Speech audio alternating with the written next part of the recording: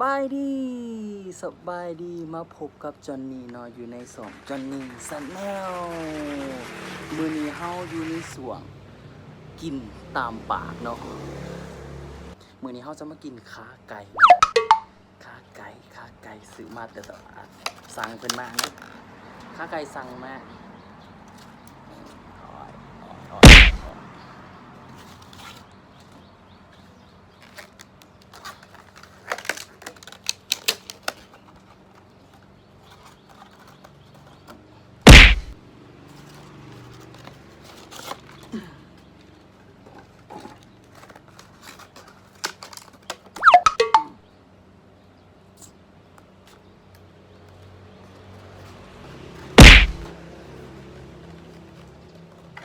ซื้อมา3 ขาเนาะสั่งเพิ่นเขาจะเอามาก็มีของมีน้ำเนาะมื้อนี้ขาไก่มื้อนี้เฮามีแจ่วจีนนำเนาะมีแจ่วปิ่งจีนนำแจ่วปิ่งจีนปรุงแล้วตัวนี้แต่ว่าจะเป็นซื้อแจ่วสำเร็จรูปเพิ่นมาแล้วก็มาปรุงเนาะมาปรุงมาเคี่ยวเองแล้วสิมากินกับไก่ทอดนี่เลยแล้วก็ยังมีพวกซอสพริกนี่ล่ะเดี๋ยวมาแกะซอสพริกเลยนะ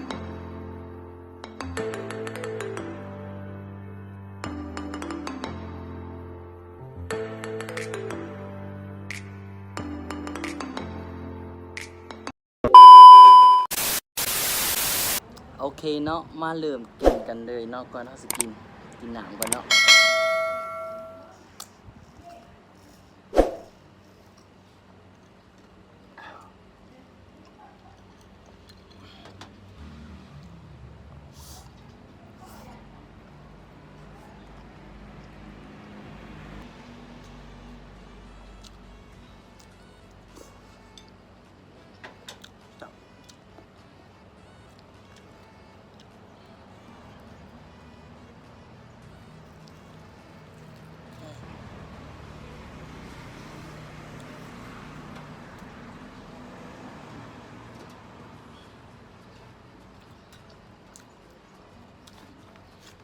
อันนี้ว่าพงปิ่งจีนเนี่ยมันจะมี2 แบบเนาะ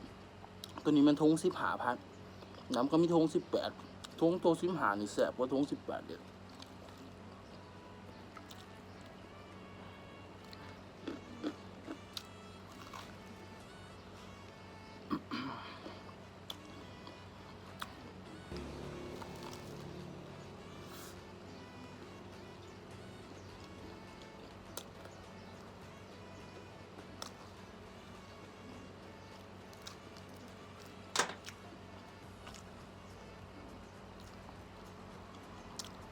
แต่ว่าเชียงมันคอยก็ขอโทษนำเดิมเพราะว่าไม่มีปัญหา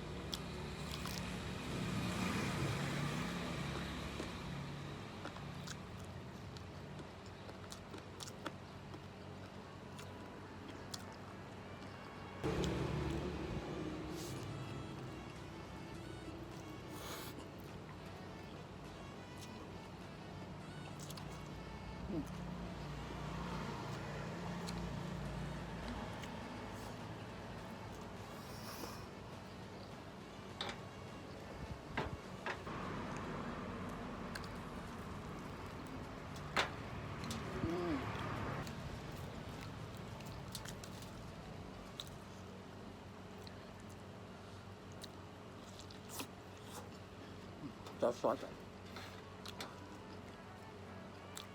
เป็นซอสมะเขือกับซอสมะเขือเลยที่ว่าเขาแถมมาให้น้ำซอสไก่เนาะ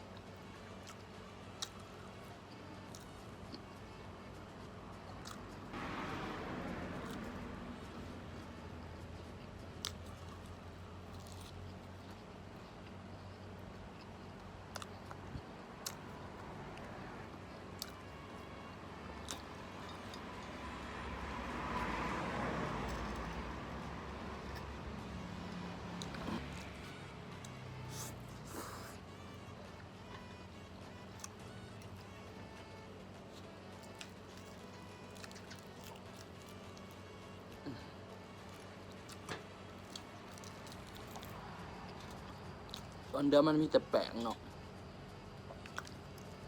จะขอกินแต่สีมาแป้งน้ำมันหลาย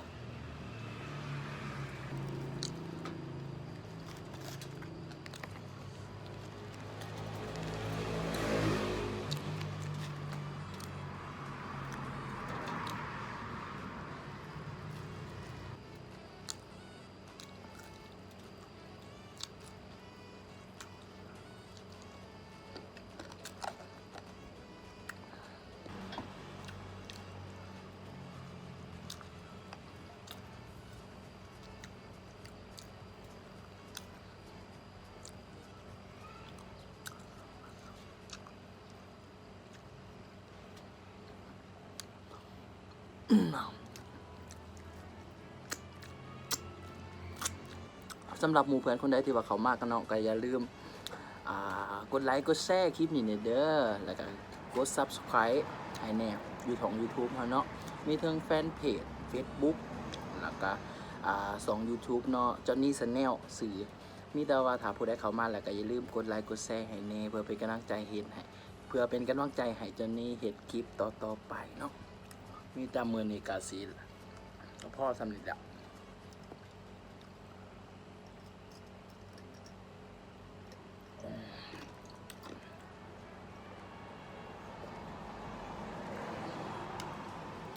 มันมีตอนนะบูฮาวายมีตอนนะมันตอนหลุดเนาะ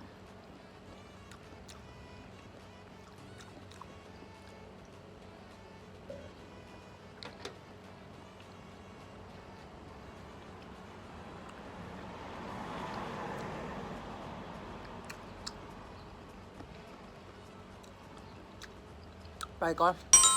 บ๊ายบาย คลิปหน้าเจอกันไหม